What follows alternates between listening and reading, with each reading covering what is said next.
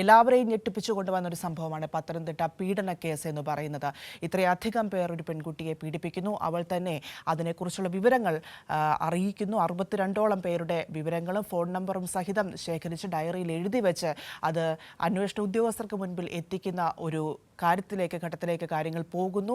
അത്തരത്തിൽ വലിയ രീതിയിൽ സംഭവങ്ങളുമായി കൊണ്ടിരിക്കുന്ന ഒരു കേസായി പത്തനംതിട്ട പീഡന കേസ് മാറിയിരിക്കുകയാണ്. കൂടുതൽ അറസ്റ്റിലേക്ക് കാര്യങ്ങൾ പോകുന്നു. അതിന്റെ വിശദാംശങ്ങളാണ് നമുക്കിനി അറിയേണ്ടത്. പത്തനംതിട്ട പീഡന കേസിൽ 3 പേർ കൂടി കസ്റ്റഡിയിലായിട്ടുണ്ട്.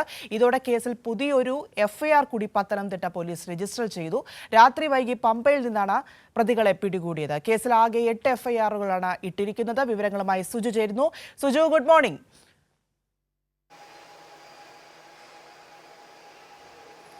ഗുഡ് മോർണിംഗ് പ്രിയ. സുജു, നമ്മൾ ആദ്യം ഞാൻ പറഞ്ഞതുപോലെ ഏറെ ഞെട്ടലോടെ കേട്ട ഒരു വാർത്ത, അതിൽ കൂടുതൽ വിവരങ്ങൾ പുറത്തേക്ക് വന്നുകൊണ്ടിരിക്കുകയാണ്. കൂടുതൽ ആളുകൾ പിടിയിലായിക്കൊണ്ടിരിക്കുകയാണ്. ഇവരെയൊക്കെയും തേടി കണ്ടെത്താനുള്ള നീക്കത്തിലേക്ക് അന്വേഷണ ഉദ്യോഗസ്ഥർ സജീവമായി ശക്തമായി തന്നെ രംഗത്തുണ്ട് എന്നതും പ്രധാനപ്പെട്ട വിഷയമാണ്. എന്താണ് ഏറ്റവും പുതിയ വിവരങ്ങൾ ഇതുമായി ബന്ധപ്പെട്ട്?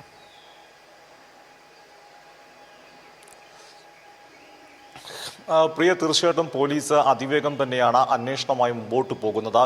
ഇന്നലെ രാത്രി വൈകിയും 3 പേരെ കൂടെ പോലീസ് കസ്റ്റഡിയിൽ എടുത്തിട്ടുണ്ട്. ഇന്നലെ വരെ 20 പേരാണ് കേസിൽ അറസ്റ്റിലായിരുന്നത്. ഇന്നലെ ഉച്ചവരെ 14 പേര്, പിന്നെ വൈകിട്ട് 6 പേരുടെ കസ്റ്റഡിയിൽ എടുക്കുകയും അവർ അറസ്റ്റ് രേഖപ്പെടുത്തുകയായിരുന്നു. ഇന്നലെ വൈകിട്ട് കസ്റ്റഡിയിൽ എടുത്ത 6 പേർ റാന്നിയിൽ നിന്നായിരുന്നു. ഏറ്റവും ഒടുവിൽ പമ്പയിൽ നിന്നാണ് 3 ആളുകളെ കസ്റ്റഡിയിൽ എടുത്തിരിക്കുന്നത്. അങ്ങനെ അന്വേഷണം അതിവേഗം തന്നെയാണ്. അത് ശാസ്ത്രീയമായ തെളിവുകളൊക്കെ ശേഖരിച്ച് തന്നെയാണ് അന്വേഷണം പുരോഗമിക്കുന്നത്. പ്രത്യേകിച്ച് പെൺകുട്ടി ഉപയോഗിച്ചിരുന്ന ഫോൺ പിതാവിൻ്റെ ഫോണായിരുന്നു. അതുപോലെ പെൺകുട്ടി ഡയറി കുറിപ്പിൽ നിന്നാണ് കൂടുതൽ ആളുകളുടെ വിവരങ്ങൾ ലഭ്യമായിട്ടുണ്ട്. അതുപോലെ ഫോണിൽ നിന്ന് തന്നെ ചില ആളുകൾ പെൺകുട്ടിയോട് കാട്ടിയ ലൈംഗിക അതിക്രമത്തിൻ്റെ തെളിവുകളും പോലീസിന് ലഭിച്ചിട്ടുണ്ട്. അങ്ങനെ അന്വേഷണം അതിവേഗം പുരോഗമിക്കുകയാണ്. സംഭവവുമായി ബന്ധപ്പെട്ട് അറസ്റ്റിലായതിൽ നവവരൻ ഏതാണ്ട് ദിവസങ്ങൾക്കുള്ളിൽ തന്നെ വിവാഹ നിശ്ചയം നടക്കേണ്ട നവവരനുണ്ട്, ഓട്ടോ തൊഴിലാളികളുണ്ട്, അതുപോലെ തന്നെ 17 വയസ്സുകാരനായ +2 വിദ്യാർത്ഥി ഉൾപ്പെടെയാണ് അറസ്റ്റിലായിരിക്കുന്നത്. ഈ സംഭവത്തുമായി ബന്ധപ്പെട്ട് പെൺകുട്ടി നേരത്തെ CWCക്കും അതുപോലെ സ്നേഹിതയ്ക്കൊക്കെ മൊഴി നൽകിയത് തന്നെ ലൈംഗികമായി 62 പേർ ചൂഷണം ചെയ്തു എന്ന മൊഴിയായിരുന്നു. ഈ സംഭവം നടക്കുന്ന അല്ലെങ്കിൽ തുടക്കം കുറിക്കുന്ന സുബിൻ എന്ന് പറഞ്ഞ പെൺകുട്ടിയുടെ സുഹൃത്ത് ആദ്യം പെൺകുട്ടിക്ക് 13 വയസ്സുള്ളപ്പം നഗ്നചിത്രങ്ങളും അതുപോലെ പെൺകുട്ടിയുടെ നഗ്നചിത്രം കൈക്കലാക്കുകയായിരുന്നു. പിന്നീട് ഇതുപയോഗിച്ചുകൊണ്ട് ഭീഷണിപ്പെടുത്തിയ പെൺകുട്ടിക്ക് 16 വയസ്സായപ്പോൾ ലൈംഗികമായി പീഡിപ്പിക്കുകയായിരുന്നു. അതിനുശേഷം സുബിൻ്റെ സുഹൃത്തുക്കൾക്ക് കാഴ്ചവെക്കുകയും കൂട്ടബലാത്സംഗത്തിനും പെൺകുട്ടി ഇരയാകുന്നു.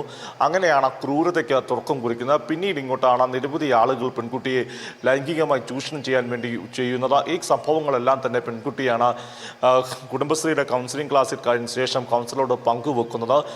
അതിനുശേഷമാണ് പിന്നീട് അത് സ്നേഹിതയിലേക്ക് എത്തുന്നു, CWCയിലേക്ക് എത്തുന്നു. എന്തായാലും പിന്നീട് കൃത്യമായ നിയമ നടപടിയിലേക്ക് കാര്യങ്ങൾ എത്തുന്നു. അതിന് അതിജീവിതയുടെ മൊഴിയുടെ അടിസ്ഥാനത്തിൽ തന്നെ ആ മൊഴിയുടെ മാത്രമല്ല അതിൻ്റെ സാഹചര്യ തെളിവുകളൊക്കെ തന്നെ ഒന്ന് പരിശോധിച്ചുകൊണ്ട് തന്നെ ഇത്രയധികം പ്രതികളെ 2 ദിവസങ്ങൾ കൊണ്ട് തന്നെ അറസ്റ്റ് ചെയ്തിരിക്കുന്നത്. ഇന്നും കേസിൽ കൂടുതൽ അറസ്റ്റ് ഉണ്ടാകാൻ തന്നെയാണ് സാധ്യത. 42ഓളം ആളുകളെ പോലീസ് ഇതിനോളം തിരിച്ചറിഞ്ഞു എന്നാണ് മനസ്സിലാക്കാൻ സാധിക്കുന്നത്. അങ്ങനെയെങ്കിൽ ഇപ്പോൾ അറസ്റ്റിലായവരുടെ എണ്ണം 20ഉം കസ്റ്റഡിയിലുള്ള ഈ 3 പേർ, അങ്ങനെയെങ്കിൽ 23 പേരാണ് ഇപ്പോൾ പോലീസിൻ്റെ പിടിയിലായിട്ടുള്ളത്. ബാക്കിയുള്ള ആളുകളെ തന്നെ ഇന്നും നാളെയായി തന്നെ ഉടൻ പിടികൂടാൻ തന്നെയാണ് സാധ്യത. ഈ കേസിൽ സംസ്ഥാന വനിതാ കമ്മീഷൻ അധ്യക്ഷ P. സതീദേവി സ്വമേധയാ കേസെടുക്കുകയും പത്തനംതിട്ട SP-യോട് ഇതുമായി ബന്ധപ്പെട്ട റിപ്പോർട്ട് ആവശ്യപ്പെട്ടിട്ടുമുണ്ട്. ദേശീയ വനിതാ കമ്മീഷനും ഇക്കാര്യത്തിൽ DGP-യോട് റിപ്പോർട്ട് ആവശ്യപ്പെടുകയും ചെയ്തു. അത്രയധികം ഞെട്ടിക്കുന്ന ഒരു സംഭവം തന്നെയായിരുന്നു പത്തനംതിട്ട ഉണ്ടായി. 2 പോലീസ് സ്റ്റേഷനുകളിലായിട്ടാണ് കേസ് രജിസ്റ്റർ ചെയ്തിരിക്കുന്നത്. ഇപ്പോൾ 8 FIR ഉണ്ട്. ഇതിൽ S. നന്ദകുമാർ പത്തനംതിട്ട DVSPക്കും അതുപോലെ ഇലവന്തിട്ട പോലീസിലെ SHOയ്ക്കുമാണ് ഇപ്പോൾ അന്വേഷണ ചുമതല. അന്വേഷണം കൃത്യമായി തന്നെയാണ് മുന്നോട്ട് പോകുന്നത്.